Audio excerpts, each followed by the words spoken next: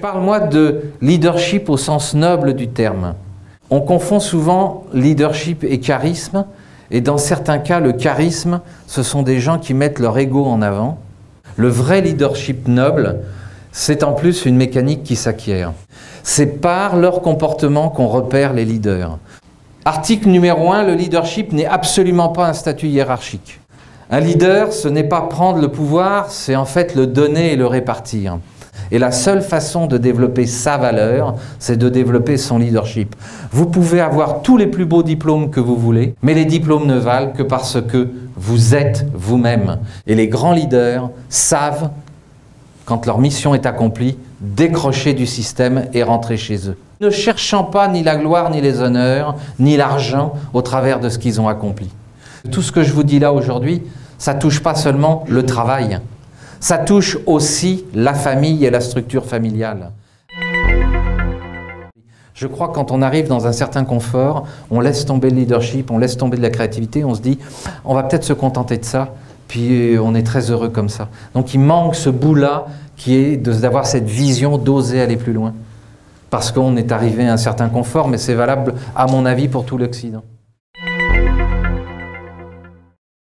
En cas de déficit de leadership, le niveau, là je vais vous parler en statistique, le niveau de performance de l'entreprise est relativement bas. Si je raisonne en financier, si je prends ma masse salariale par rapport à la performance, j'ai un gros déficit. Celui qui a fait la meilleure étude à ce sujet, c'est M. Warren Buffett.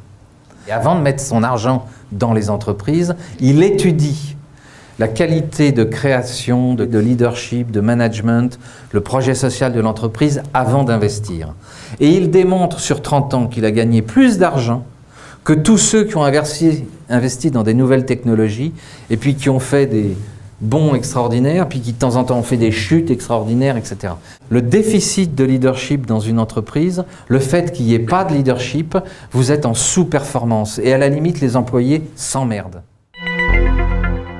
Ce que je propose au travers de ce modèle, c'est que ce soit les employés avec leurs gestionnaires qui s'occupent de leur leadership et qui n'attendent pas que ça vienne d'en haut.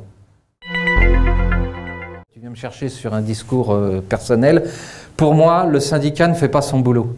Le jour où le syndicat demandera aux entreprises de développer du leadership et de s'occuper du bien-être des employés au travail, au lieu de se battre pour des cents qui sont parfois ridicules en termes d'augmentation, je pense que là, on va avoir des vraies révolutions au sein des entreprises. Le jour où les syndicats demanderont aux entreprises des plans de formation intelligents pour que les individus conservent et développent leur employabilité, là, je dirais, on aura des vrais syndicats.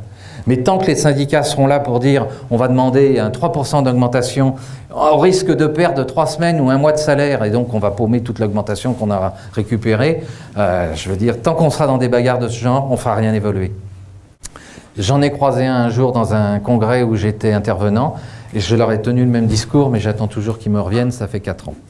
Voilà. Quand dans une équipe, on veut développer le leadership, il va falloir partager notre passion et partager les mêmes valeurs. Sinon, on n'est pas dans l'équipe. Ça, c'est la base. C'est la volonté. Aussi bien des employés que la direction. C'est sûr que ça va beaucoup mieux quand ensemble, on décide de le faire, la direction, avec les employés. Mais si les employés ont envie de travailler sur leur projet et de développer cette mécanique du leadership, à moins que la direction ce soit juste un gros ego, je ne vois pas beaucoup de patrons qui vont empêcher les employés de développer du leadership et de créer de la valeur. C'est le problème, c'est jusqu'où on est prêt à sacrifier notre confort. Il y a les leaders qui osent s'exprimer, et à mon avis, ce n'est pas 5%. Et puis il y a tous les leaders qui sommeillent en chacun, et qui n'osent pas s'exprimer, et là, il y a au moins 80% des gens. Mais ils n'osent pas, parce qu'il y a la hiérarchie, des processus, etc. Donc c'est toute la problématique d'autoriser le leadership et de dire, tant que ça ne dérange pas, qu'on livre des résultats, qu'on crée de la valeur, pourquoi empêcher ? Et si vous reprenez le schéma que je vous ai montré tout à l'heure, il y a bien d'un côté l'ambition, de l'autre côté l'objectif qui doit être défini, et un leader raisonne en résultat. Mais pas que résultat émotionnel, pas que résultat en termes de défense des valeurs. Il faut qu'il y ait un résultat tangible. Parce que sinon, on n'y croit pas. Il ne peut pas y avoir de leadership si on n'a pas de résultat. Sinon, on est un rêveur, on est un poète. Il n'y a pas de concret derrière. Un leader, c'est quelqu'un qui emmène une équipe à quelque chose de tangible. Et quand on voit le résultat, on partage cette émotion, on partage le résultat, et on se dit « Waouh, on a fait ça ensemble, alors on peut encore continuer à aller plus loin. » On y croit. Je pourrais être tellement confronté, en fait. T'en as pas une autre?